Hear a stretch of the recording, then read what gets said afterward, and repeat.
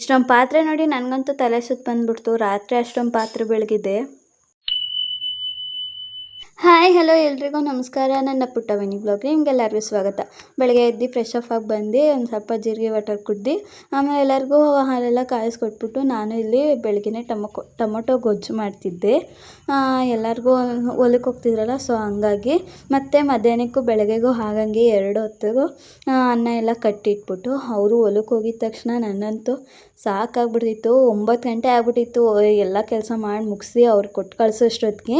ಇವಾಗಂತೂ 9 ಗಂಟೆ ಆಗ್ಬಿಟ್ಟಿತ್ತು. ಟೈಮು ಒಂದು ಸ್ವಲ್ಪ ಗಡಿಯಾರ ನಿಂತ್ಕೊಬಿಟ್ಟಿದ್ರಿಂದ ನನಗಂತೂ ಟೈಮಿಂಗ್ಸೇ ಗೊತ್ತಾಗ್ತಾ ಇರಲಿಲ್ಲ.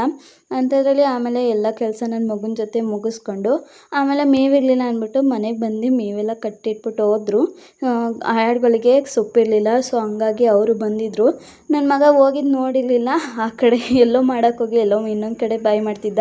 ಸ್ವಲ್ಪ ಹೊತ್ತಾದಮೇಲೆ ಒಂದು ಸ್ವಲ್ಪ ನನ್ನ ಬಟ್ಟೆಗಳಿದ್ವು, ಅವನ್ನೆಲ್ಲ ತೊಳೆದ್ಬಿಟ್ಟು ಆಮೇಲೆ ನನ್ನ ಮಗನ ಬೆಡ್ಶೀಟ್ಗಳಿದ್ದು ಕೆಳಗಡೆ ಹಾಸೋದು ಹುಚ್ಚೋದು ಎಲ್ಲ ಗಬ್ಬೆ ಬಿಸಿದ್ದ, ಅದನ್ನೆಲ್ಲ ತೊಳೆಯೋಕ್ಕೆ ಹಾಕ್ಬಿಟ್ಟು ಆಮೇಲೆ ನಮ್ಮ ಮಾವ ಅವ್ರದ್ದು ನಮ್ಮ ಮನೆಯವ್ರದ್ದು ಹೊಲಕ್ಕೆ ಹೋಗೋ ಬಟ್ಟೆಗಳು ತುಂಬ ಆಗ್ಬಿಟ್ಟಿದ್ದು, ಅವನ್ನೆಲ್ಲ ನೆನೆಸಾಕಿದ್ದೆ 2 ದಿನ ಮುಂಚೆನೇ. ಅದನ್ನೆಲ್ಲ ಇವತ್ತು ತೊಳೆದಾಕಿದ್ದು, ಯಾಕಂದರೆ ತುಂಬಾ ಗಲೀಜಾಗಿರ್ತದೆ. ಹಂಗಾಗಿ ಔಷಧಿ ಎಲ್ಲ ಹಾಕಿರ್ತಾರಲ್ಲ, ಸೊ ಹಂಗಾಗಿ. ಆಮೇಲೆ ಪಾತ್ರೆ ಎಲ್ಲ ನೋಡಿ ನನಗಂತೂ ಶಾಕ್ ಆಗಿಬಿಟ್ಟಿತ್ತು. ನೈಟು ಅಷ್ಟೊಂದು ಪಾತ್ರೆ ಬೆಳಗಿದೆ, ಮತ್ತೆ ಬೆಳಗ್ಗೆ ನೋಡಿದ್ರೆ ಇಷ್ಟೊಂದು ಆಗ್ಬಿಟ್ಟಿತ್ತು. ಸೊ ಹಂಗಾಗಿ ಆಮೇಲೆ ಬೆಡ್ಶೀಟ್ ಎಲ್ಲ ಒಣಗಾಕಿ ಹಿಂದಿಂದನೇ ಯಾವುದೇ ಒಣಗ್ತದೋ ಬಟ್ಟೆ ಅದನ್ನೆಲ್ಲ ಮಡಚಿ ಇಡ್ತಿದ್ದೆ. ಯಾಕಂದರೆ ಮಳೆ ಬರೋದು ಯಾವಾಗ ಬರುತ್ತೋ ಅಂತಲೇ ಗೊತ್ತಾಯ್ತಾ ಇರಲಿಲ್ಲ. ಸೊ ಹಂಗಾಗಿ ಆಮೇಲೆ ನಾನು ನನ್ನ ಮಗ ಫ್ರೆಶ್ ಅಪ್ ಆಗಿ ಕಾಯ್ಕೊಂಡು ಕೂತಿದ್ವಿ ಮಳೆಗೋಸ್ಕರ. ಪಾಪ ಅಂದರೆ ಮಳೆ ಬರೋದು ಗೊತ್ತೇ ಆಗೋದಿಲ್ವಲ್ಲ, ಸೊ ಹಂಗಾಗಿ ಜಿಡಿ ಬರೋದು ಸೌಂಡು ಗೊತ್ತಾಗೋದಿಲ್ಲ. ಆಮೇಲೆ ನನ್ನ ಮಗ ನೋಡಿದ್ರೆ ಅಡುಗೆ ಮನೇಲಿ ಏನೋ ಕೆಲಸ ಮಾಡ್ತಿದ್ದ. ಆಮೇಲೆ ನಾನೇ ಊಟ ಮಾಡ್ತೀನಿ ಅಂತ ಬಟ್ಲಿಗೆ ಅನ್ನ ಹಾಕಿಸ್ಕೊಂಡು ಕೆಳಗಡೆ ಅರ್ಧಂಬರ್ಧ ಅಲ್ಲೇ ಚೆಲ್ಲಿದ್ದ. ಆಮೇಲೆ ಸ್ವಲ್ಪ ಹೊತ್ತು ಮನ್ಸ್ಬಿಡೋದ ಅಂತ ಮನ್ಸಕ್ಕೆ ನೋಡಿದೆ, ಯಾಕಂದರೆ ಆವಾಗಲೇ 2 ಗಂಟೆ ಆಗಿಬಿಟ್ಟಿತ್ತು.